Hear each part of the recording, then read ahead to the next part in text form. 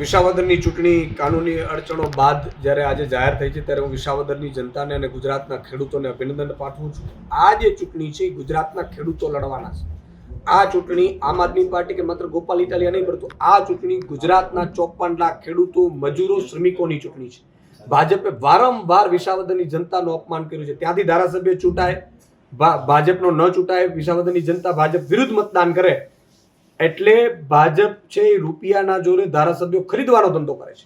ત્યારે અમે આમ આદમી પાર્ટીએ પેલા સર્વે કરાવડાવ્યો કે ભાઈ હવે તમને તમારી શું ઈચ્છા છે. ત્યારે વિસાવદરની જનતા એવું કહેલું કે અમને મજબૂત લીડર આપો. આજે પણ અમે ભાજપને હરાવવા માટે તૈયાર છીએ.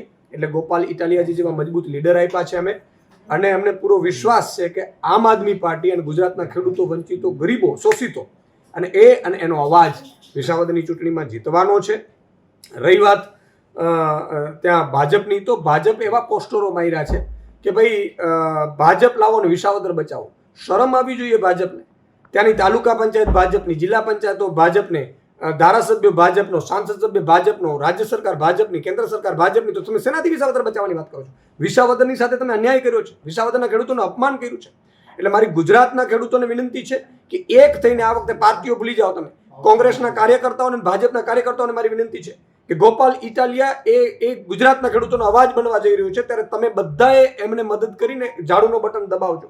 કારણ કે એટલા માટે કે જો વિસાવદરની ચૂંટણી ભાજપ હારશે તો ખેડૂતોનું દેવું માફ કરશે ભાજપ.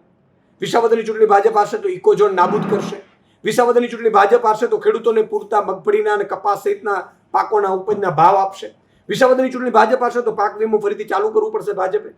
વિસાવદરની ચૂંટણી હારશે તો આખા ગુજરાતના ખેડૂતોને ફાયદો થશે. અને ગોપાલ ઇટાલિયાજી જ્યારે જશે વિધાનસભામાં ત્યારે એનો અવાજ ગુંજશે. રહી વાત કોંગ્રેસની, તો મારે કોંગ્રેસના નેતૃત્વને પણ મારી વિનંતી છે કે તમે 4 પેટા ચૂંટણીમાં આમ આદમી પાર્ટીએ તમને ટેકો આપ્યો, આપણે નક્કી થયેલું હતું, છતાંય તમે ઉમેદવારો ઊભી રાખવાની જે વાત કરી રહ્યા છો એટલે તમે ગઠબંધન તોડ્યું છે.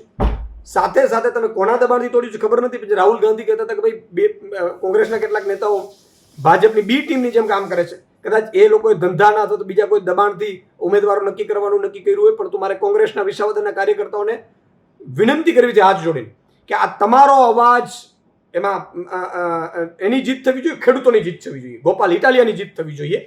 એટલે આ મેસેજ પણ આખો ક્લિયર ત્યાં પહોંચવું જોઈએ. અને કોંગ્રેસવાળા એવું કહે છે કે અમને ઉમેદવારમાં પૂછવા નથી આવ્યું. અરે ભાઈ, તમે પેટા ચૂંટણીમાં અમને નથી પૂછ્યું, કારણ કે જેના ભાગમાં હોય એ ઉમેદવાર નક્કી કરે છે. 24 લોકસભામાં તમે નક્કી કર્યા હતા. રહી વાત, એવું કહેવાય છે કે ભાઈ ભાવનગરની લોકસભા તમે આપી હતી. ભાઈ ભાવનગરની આપી હતી તો જામનગર હું પ્રદેશ અધ્યક્ષ છું, મારી સીટ હતી, તો એ કોંગ્રેસ લડી છે. તો ગઠબંધનમાં કોણ લડે છે, ક્યાંથી લડે છે ઇમ્પોર્ટન્ટ નથી. ગઠબંધનમાં ભાજપને આપણે કેમ હરાવીએ ઇમ્પોર્ટન્ટ છે. અને છેલ્લી વાત મારે એવું કહેવું છે કે આ ભાજપના આ વિસાવદરની ચૂંટણી છે એ ભાજપ જેવા અજગર જેવું ભરવો લઈ લીધો જનતાને છોડાવવાની ચૂંટણી છે. મારે સૌની વિનંતી કરવી છે કે કોઈની વાતોમાં આવ્યા વગર માત્ર ઝાડુ આમ આદમી પાર્ટી ગોપાલ ઇટાલિયાને જીતાડે એવી મારે અપીલ છે.